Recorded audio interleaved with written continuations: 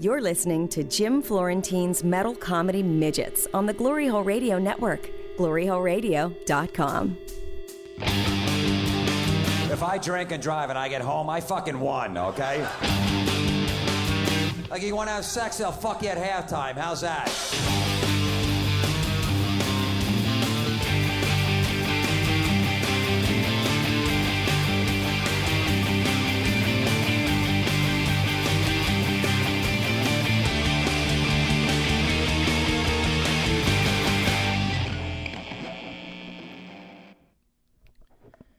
Welcome to the Jim Florentine Comedy Metal Midgets podcast on riotcast.com. I'm finally back. A lot of people have been bitching I haven't done a podcast in like 5 weeks. It is true. I've been super busy. A lot of shit going on, so I just haven't had the time to do any. And, you know, I have to find something that interests me before I do, and I just don't want to throw one out there for the hell of it. So, I've just been super busy. A lot of shit going on. I've been working on a new CD. I got a new CD coming out on Metal Blade, either August or September. If you guys listen to my podcast, you'll remember I did a podcast of awful jokes from my first comedy notebook.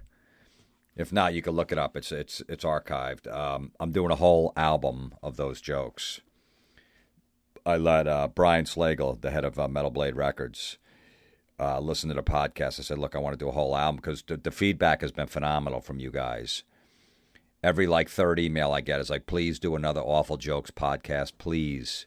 The pain in your voice is just genius. So I went back and I looked through a bunch of notebooks and I'm like, holy shit, I got enough. So I've been sorting through it, got all of them together, and I'm going to the studio next week to lay it down. It'll be like a spoken word, almost like a podcast, but it'll be actually a CD, and it'll be also, of course, on iTunes and all that stuff. But it'll be separate tracks and all that stuff. So just getting all that shit together and just really finding the awful jokes, and, you know, it's been a lot. So anyway, that will be coming in August or September. So all you people out here that like to hear me in pain, telling my bad old jokes, you're going to love this, because the joke, I listened back to that old podcast, and, you know, some of them in there were okay, but these that I've pulled out of the notebook are just fucking horrendous. My comedian friend, Joe Howard, was helping me with it. I sent him all the jokes, and I said, just give him on a scale of 1 to 10, give him a number, and I picked out every one that he gave a number 0 to. And there was no joke over a 5 anywhere. So look forward to that. That'll be coming. I'm excited to do it because it's going to be fucking awful.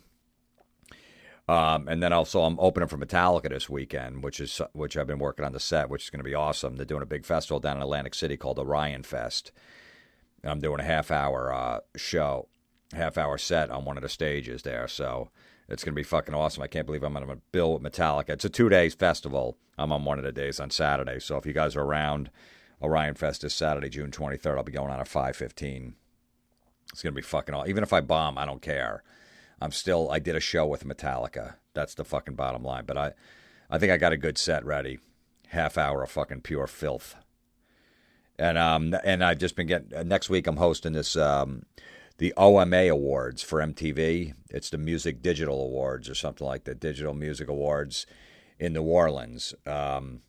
It's going to be on like VH1.com, all of VH1, MTV, CMT, all of that shit, Nickelodeon. So it's broadcast all over the world and stuff. And so I'm excited. Me and this country chick are going to be doing it. So it should be some decent exposure. And yeah, what the fuck? It's a gig. I'll definitely do it, man. All right, so now, this is what this podcast is about. The movie Rock of Ages. I don't even know what to say.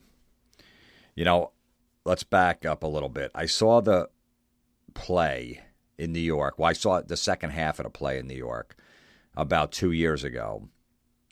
And I knew I was going to hate it. And me, Don Jameson, Eddie Trunk went. I actually couldn't make the first half, but Don Jameson was so disgusted that he left after the first half. He couldn't take it. So then I sat in for him in the second half of the play, and it was just, horrendous. I don't like Broadway. I'm a guy. I'm a fucking man. I'm not gay. I don't like singing and dancing. As soon as I see singing and dancing, I'm out. I tune out. It's fucking awful. No heterosexual man likes that. I don't care what they say. Nobody does. And if you do, there's something wrong with you. There's nothing wrong with you, but you're not fucking heterosexual. No one should be dancing in front of a mirror for 6 hours a day practicing. That's just fucking gay. So the show's been popular, you know. Then when I heard, I thought it would go away pretty quick, but you know, you got these fucking fat soccer mom milfs, you know, that still living in the 80s and still like those ballads.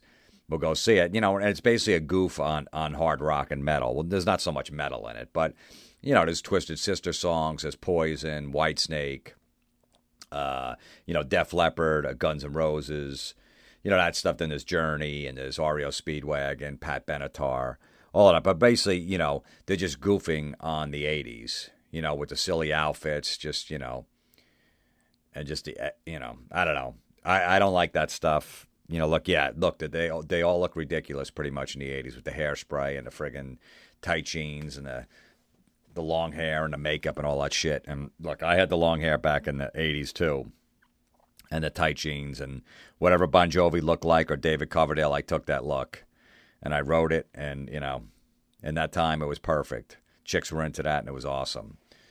But you move on, and now, you know, now they're just kind of like, it's just a silly goof on it. It's not fun. They're like, oh, it's just it was a fun time. Stop with that. So then I hear that they decided to make a movie of this, and I'm like, ugh. If the play is that brutal, how bad is the movie going to be? You know, and then you hear they get Tom Cruise is doing it, and he's, you know, learning Guns N' Roses songs and Bon Jovi songs and Def Leppard songs. Like, oh boy, yikes. Then you hear the cast: Alec Baldwin, Catherine Zeta-Jones, Russell Brand. And you just know it's going to be fucking awful. And, you know, I don't even know why I did this. Like, why would I put myself through this? It was 2 hours and 4 minutes, the movie. Like, why would I take the time out to do this, then do a podcast, just to torture myself? Because I know I wasn't going to like it. I know it was going to be awful. There's nothing in it that I would like. There was no nudity. It was PG-13. All right, there was some hot chicks dancing like strippers or whatever, but that was it. There was nothing for me in it. But I said, you know what? Once I got past, like, okay, I'm just going to go in there to critique it and actually just laugh at how fucking bad it is. I didn't go in there angry. I just, you know what, I'm going to go in and just like, you got to be kidding me. Like every 5 minutes, I'm like, ugh, you got to be kidding. Are you serious? There's no fucking way they put this in a movie. So, first of all, so if you really want to just fucking just laugh with your friends or just something and just, if you can get to that point, just don't be angry watching it, because you will get, if you know, because you're going to waste 2 hours of your day. But if you just get it, to just watch it to make fun of it, it's fucking awesome. And that's what I did. I was writing notes like a fucking madman in the movie theater. First of all, the opening scene, if you can get past the opening scene with the credits and everything until I get to the director's name, that's a miracle. It is so fucking awful cheesy, the opening. It's just, you know, this girl from, you know, Tulsa, Oklahoma. Oh, I'm going to go to L.A. I'm going to be a big star. I'm going to be a singer. And she gets on a bus and she's driving cross country. And I guess her last name is Christian or something like that. So she starts singing Sister Christian by Night Ranger in her seat by herself. And next thing you know, the whole bus starts singing. First, the bus driver, the black bus driver, jumps in. He's the first one, motor in, and then the whole bus, and they just take turns. Like an old guy sings a verse, then an old lady, then a kid, and then they're all singing it together on that bus. What's fucking funny or amusing about that? Seriously, I was the best. You know what would have been a great movie if just like 3/4 in, when everybody's supposedly having fun singing Sister Christian, that the bus just fucking hits a sheet of ice and tumbles down an embankment and bursts into flames. And then the movie's over. It would have been a fucking 4-minute movie, and that would have been the greatest movie of all time. That's what should have happened in that bus. That's how bad it was. It was because, and then once they sing Sister Christian, more names are coming up, and then you hear Tom Cruise singing Paradise City, his version of it. He's not a horrendous singer, but it's just it's a bad version. And it's actually him singing. I read something about that he took singing lessons for like 4 hours a day for like 2 months to learn how to sing and all that stuff. But so it goes from there right into that. Ugh. Just ruin a classic song. Just so then, of course, the big plot is, the girl, moves to California because she wants to be a singer and she wants to go to the Sunset Strip because, she hears that's where, you get famous. And she meets this other kid that works in a club called the Bourbon Club, which is the whiskey. They had to change the name. She wants to get in there. The kid brings her in. He gets her a job, and now they're working there. But they're really singers, but they have to work as a waitress and a bar back. And, of course, they fall in love. Yeah, wow. Oh, and they just keep singing. There's hardly any dialogue. They're like, yeah, let's go out. And fucking 3/4 of the movie is everybody just singing. Yes. Russell Brand and Alec Baldwin play the two managers of the club. And they break out. I forget what the first song they break out into. It might be a Journey song. I'm not sure. They're sitting in their back office talking about business, and then they just bust out into a song, them singing it back and forth. And Russell Brand picks up a hairbrush and starts singing in the hairbrush, and they both start singing in the hairbrush. And then next thing you know, they're singing into a beer bottle. Because I guess that's supposed to be funny, Oh, there's no microphone in the back office. So you know what? Let's just pick up something. Oh, how about a hairbrush? Oh, and then, this is funny. Who the fuck made that decision? I want to know who on that set goes, hey, that'd be funny if you pick up the hairbrush because you guys are all wearing wigs and you have long hair. So there'd definitely be a brush there. So why don't you pick up a brush because, obviously you're not on stage. So let's pretend something's a microphone. That would be funny, singing out of a hairbrush.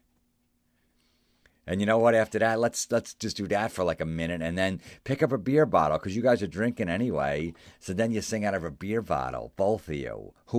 I want to know who did that. I want to know who the fuck wrote that joke, who thought that was funny, and who thought that should be in a movie.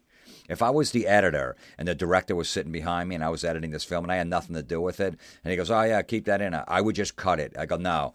He goes, no, but this is my film. You're just the editor. You have to listen to me. I don't care. It's fucking coming out because it stinks. No one's going to laugh at that. No one's going to find that amusing. No one's going to think that's funny. It doesn't add anything.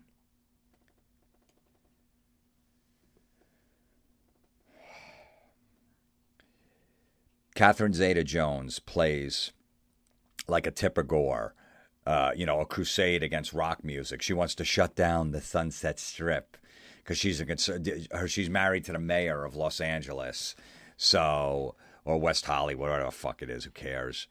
And, his big thing, he's running for office, so she's in press conferences going, it's a decadent lifestyle, and all they're talking about is sex and drugs, and I want to close down the Sunset Strip, and we're going to get a whole committee together, and we're going to protest outside the Bourbon Club with our signs, because we're conservative white women.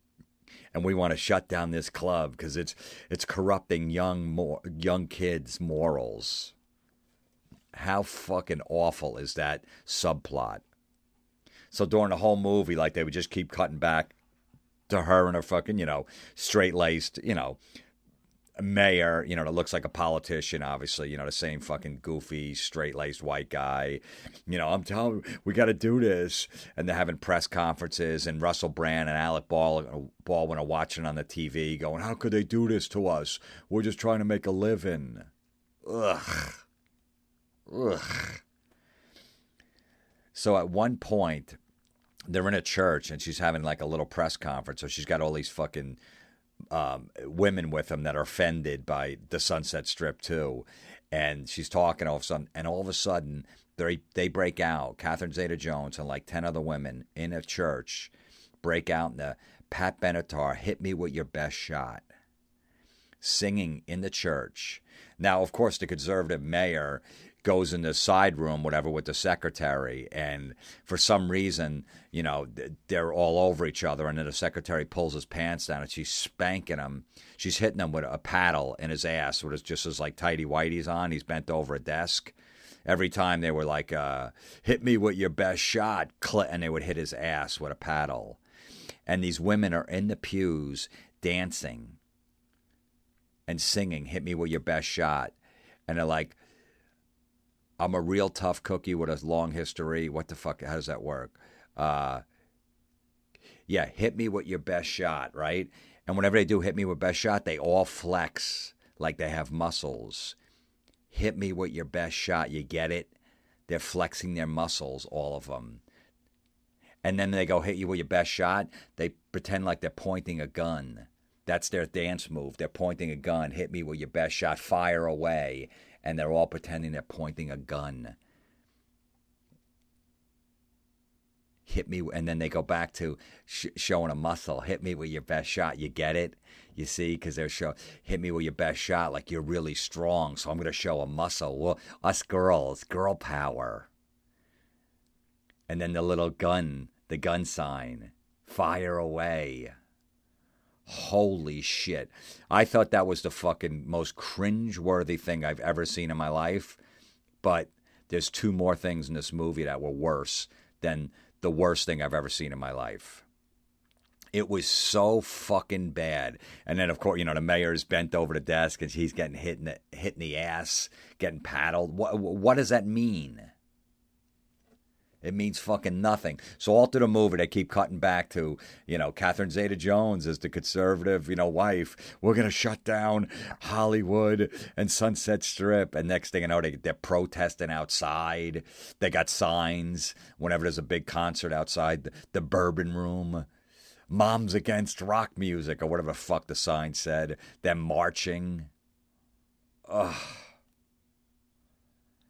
So let me finish. Let me get to finish Catherine Zeta-Jones's part because it's so fucking brutal. So at the end of the movie, she hates Stacey Jacks is Tom Cruise's name. You know, this Axl Rose wannabe. I'll get to that in a minute. So they're protesting across the street because he's going to perform a concert there. And she's on one side of the street, and on the other side are like all the rockers and everyone that's going into the club to go see the Stacey Jacks, and they start singing. So they got their signs, and the women on the one side, the conservative women, are singing, "We're Not Gonna Take It" by Twisted Sister. And then on the other side, all the rockers are singing, "We Built This City. We built this city" by Starship. "We built this city on rock and roll." So they're basically saying, hey, we built this city. You can't take the Sunset Strip away from us. And they're going back and forth going, we're not going to take it. And it was going back and forth as them singing across the street to each other. Are you fucking kidding me? We're not gonna take it. We built this city. We're not gonna take it. We built this city on rock and roll. What? What? What? Seriously, who made that decision? This will be fun. Because they don't want the music there anymore. They want to shut down the strip, so we're not going to take it anymore. We'll put that on. But then, hey, let's get all the rockers and the people that are going in the club that like hanging on the Sunset Strip. They'll sing, we built this city on rock and roll, so you can't stop us. Holy shit. Sir, I almost fucking crawled out of my skin in the movie theater. I was fucking rubbing my arm. It was almost like I just had fucking bugs all over me, like fucking maggots all over my body. I was just trying to rub them off. That's how I reacted to that scene. And then what happens, right? After they're both done with both songs, Russell Brand has like a Tom Cruise's album that the band he's in, and he opens up. It opens up. And he sees a picture of Catherine Zeta-Jones, like, 20 years ago with Tom Cruise in there as like a groupie hanging on him, like half clothed. And he runs out in the street and there's a reporter there because, of course, it's on live TV. And he says, hey, look, this is really her. She used to be a groupie 20 years ago. And now she's protesting because she doesn't like him. And then she just ran away and was horrified. And her husband was watching on TV like, oh, my God. Oh, my God. And then she's just like, ah. And then all the women just walk away. That was the fucking subplot of the movie. Really? You built it up all the way into that. And they go, hey, she used to be a groupie 20 years ago. And now she's not. Seriously, that was the worst subplot I've ever fucking seen in a movie ever. There was absolutely no reason for any of that. Mom's against rock. Oh, we're going to get you. And then, oh, she was a groupie. Oh, so now you're busted. You get it? You're busted. Oh, we got you. Why do they always have to do that in a fucking movie? Why? Why do they always have to have the goofy villain, you know, whether it be like the high school principal, he's real mean, he wants to ruin the good time, or you know, this one, the conservative mom, she's going to stop with all that fun. Why in every movie? It's so fucking bad. It's just fucking waste time in a movie. It's not fucking fun. It doesn't move the story along. Already, who cares? The bad guys, so you root against them, so you root for the other side. I get it. How many fucking times are you going to see that in the movie? Enough already. Who cares? You don't need that. It was those two fucking leads were, you know, like I was saying before, the girl from Oklahoma and the kid that worked in the club, they fell in love, then they broke up, and then they fucking fell in love again. Even that's fucking corny and cheesy and awful. But at least that's the film, all right? It's a fucking love story. Well, I get it. You don't need that other shit going on. Holy shit. I'm telling you, the worst fucking subplot ever. No reason for that. Oh, but we're gonna try to close the Sunset Strip. Fuck you. Fucking stinks. My crusade against rock music.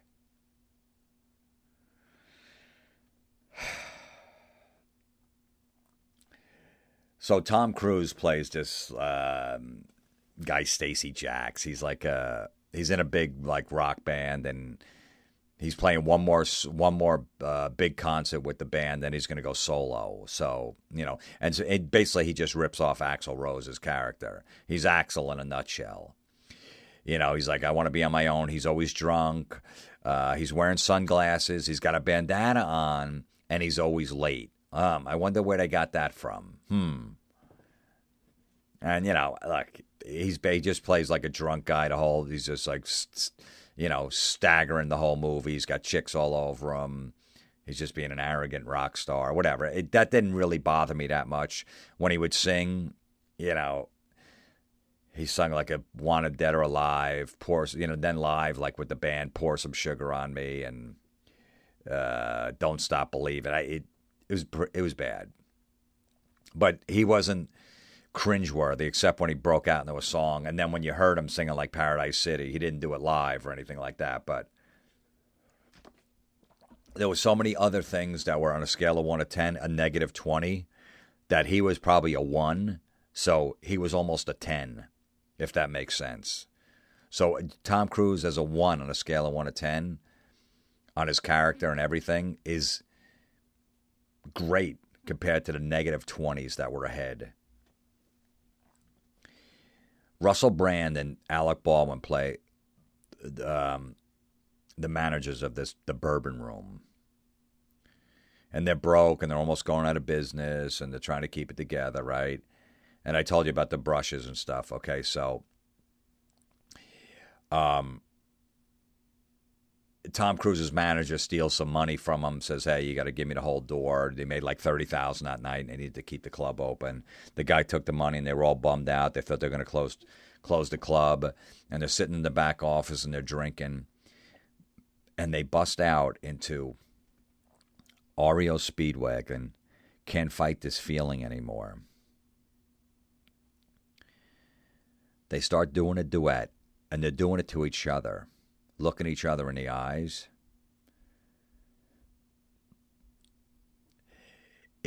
Seriously, this is the worst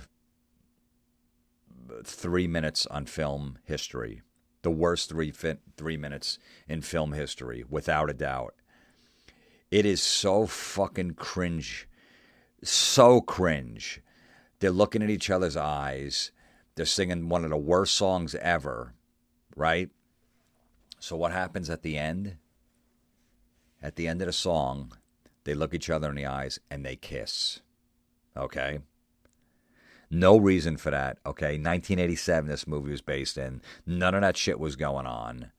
Everybody was fucking heterosexual, had long hair, were banging all chicks, okay? No reason to put that in there, okay? So they make out and they're kissing, right? And one of the barbacks or the cooks comes in. It's in the middle of the day, and he goes, "Excuse me," whatever the fuck his name is, to Alec Baldwin. Excuse me, the beer guy is here. He's delivering beer. And Alec Baldwin just goes to the guy, "I'm busy." And the barback goes, "You busy doing what?" And I'm not lying. Alec Baldwin goes, "I'm busy falling in love." And then he looks right back into Russell Brand's eyes. I'm busy falling in love.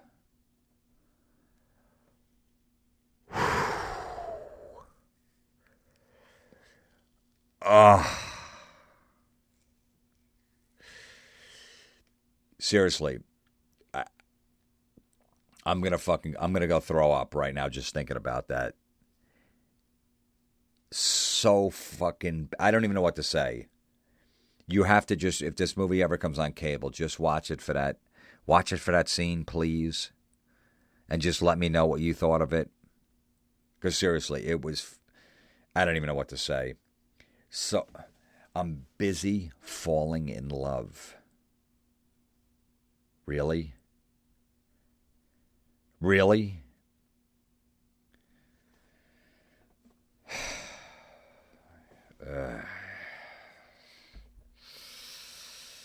Paul Giamatti's in the film. Paul Giamatti plays Tom Cruise's manager, is like a sleazy manager. And I love Paul Giamatti. He's my favorite actor right now.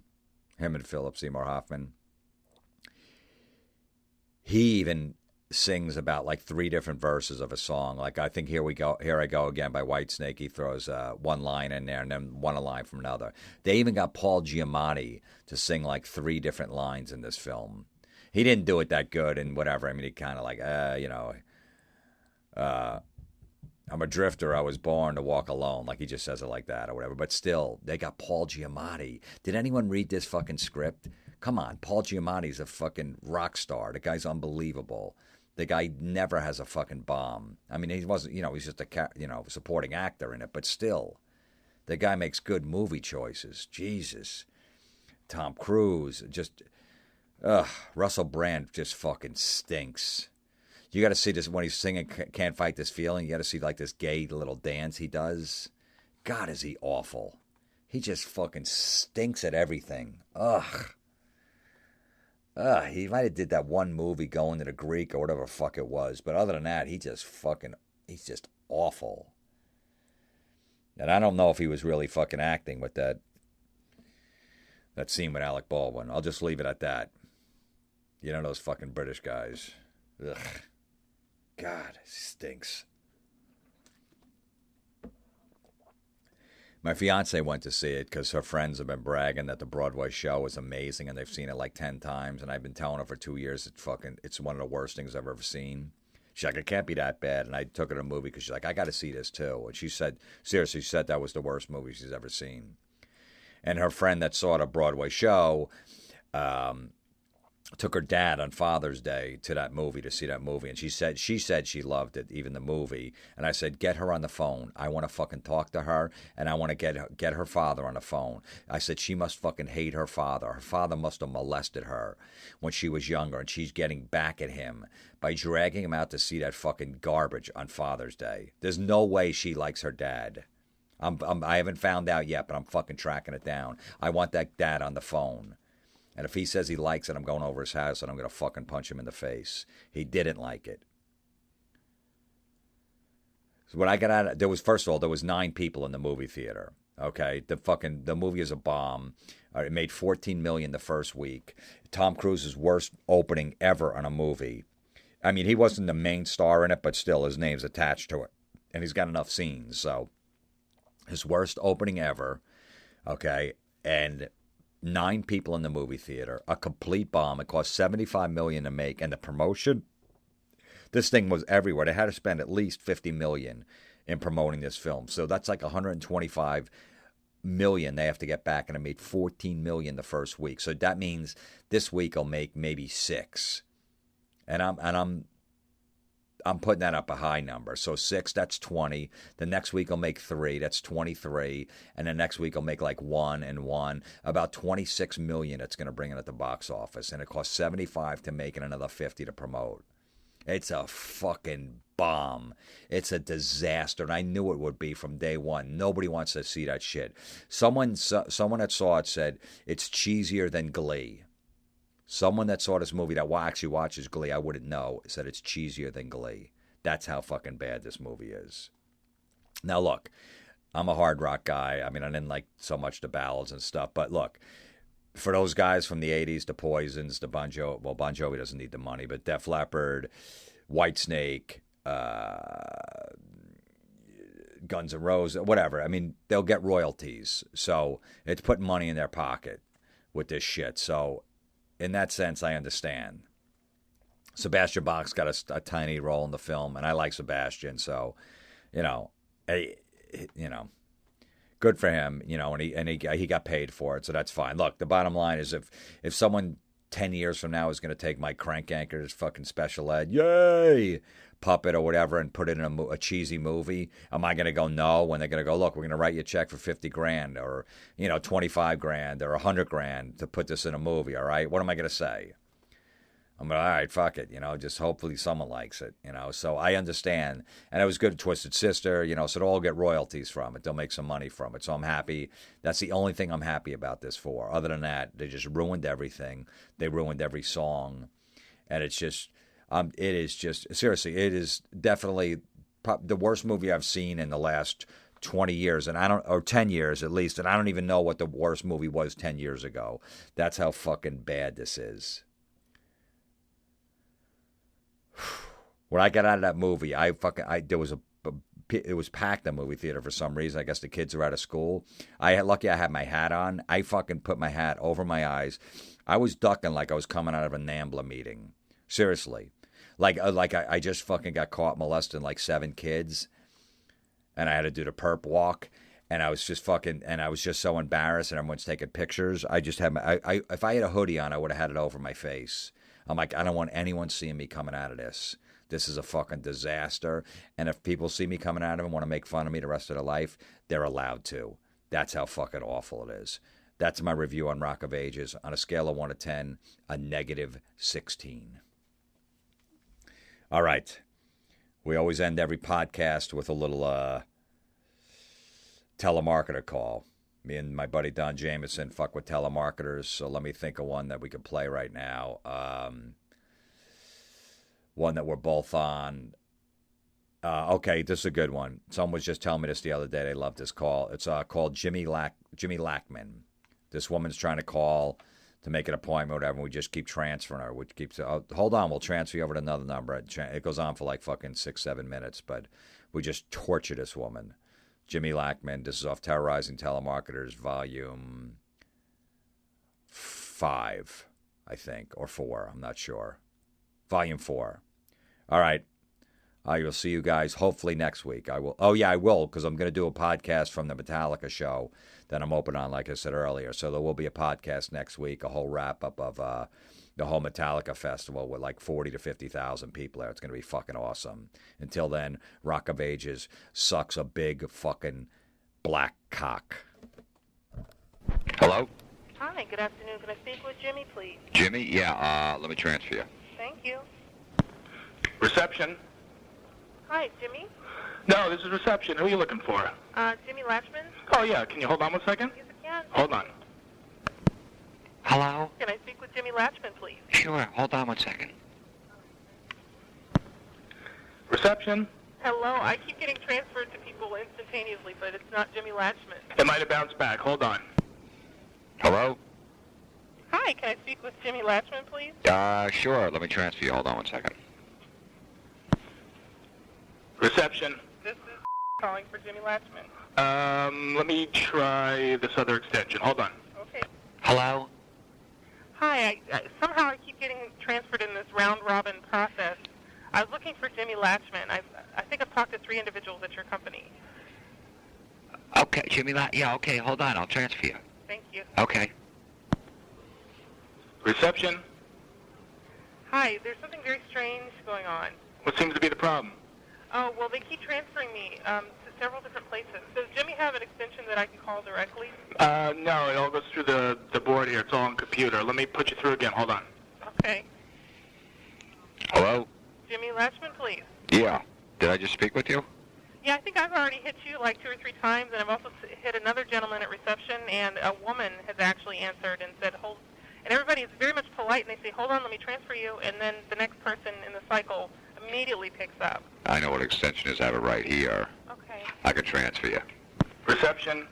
Okay, this is again. I'm in this cycle for some reason. I keep hitting 2 of your other colleagues, and they say who you're looking for. I say Jimmy Latchman. They say great, I'm going to transfer you, and I go to the next person in the cycle, and I think we're on cycle number 4. You know what? Let me put you through his assistant's line. His assistant's name is Steve. Hold on. Okay, thank you. Hello? Again, I think I'm on lap number 4 of this cycle. I don't know what's going on. It's kind of confusing. The last gentleman decided that they weren't going to transfer me to Jimmy. They were going to try to transfer me to Steve, and it hasn't broke me out of this cycle yet. Okay, I'll transfer you to Steve. Hold on. Thank you. Hello? It's me again, looking for Jimmy Latchman. I'm on cycle number 5 or 6 at this point. You know what? I'm just going to hang up, and I will send You need Jimmy, right? I see him right in his office right here, so. Let's try it. Thank Okay. Reception. you. I knew that was going to happen. I'm back at you. How are you doing? Didn't I transfer you to Steve? No, it's not breaking out of this cycle. Okay. Well, you know what? Give me 2 seconds. I'm going to actually walk into his office and tell him he has a call. Hold on. Okay, thanks. Hello? Hi. There's some weird cookie loop going on somewhere in this system. So now I'm talking to you. I think it's like the 5th or 6th time. Yeah. Oh, well, you know what? I'll transfer you to Steve. Yeah, and he'll get Jimmy. Hold on. Okay. Hello, this is Steve. Steve, hi. My name is and I was trying to reach Jimmy Latchman, and I've been in some cookie transferring cycles for about, probably about 6 loops.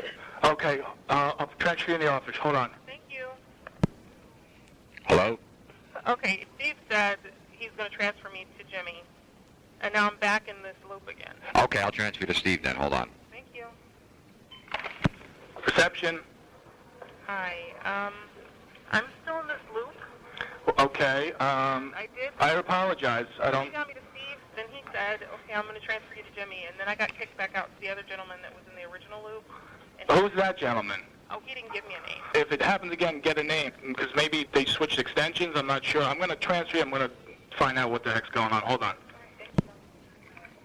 Hello? Wait a minute. I think I'm in the same cookie loop, and the last guy at reception told me to get your name so we can figure out what's going on. So what was your name? Artie. Artie. Okay. Yeah. Okay. Thanks, Artie. Okay. Hold on. Hi, this is Steve. Steve, hi. When you tried to transfer to Jimmy, it kicked to reception. When he tried to transfer me back to you, it kicked to Artie. Now, when Artie tried to transfer me to Jimmy, it kicked me back to you. Okay, hold for Artie. Okay, wait. Hello? Hello? Hi. Hi. It's again, and I've been around the world. I actually talked to Artie, got some names, and the guy at reception asked me to get everybody's name that's in this loop so we can get it fixed. Okay. What was your name? Stacy. Stacy, I'm really just trying to get to Jimmy Latchman. Sure. So we can try the transfer. We'll see what happens. Okay. Thank you. I'll transfer to Jimmy. Reception. It's me again. Is this Mary? No, this is looking for Jimmy Latchman. I've talked to Artie. I've talked to Steve. I've talked to Stacy, but never have resulted in a transfer to Jimmy Latchman in the last 10 minutes. I don't understand what's going on. I don't either. Let me try Steve again. Hello? Artie? Yeah. Yeah, Artie, yeah. Did you talk to Jimmy yet? No, I've never reached Jimmy in the last 10 minutes. I've talked to you guys like several times each. I think we're, for some of the people in the loop, it's like, I think I've been transferred up to 7 times. You guys have transferred me to Steve. Now Steve's in the loop, and I bounced to three times to Steve. And every time Steve tries to transfer me to Jimmy, I end up with you, reception, or Stacy. Okay, I'll transfer to Stacy. Hold on.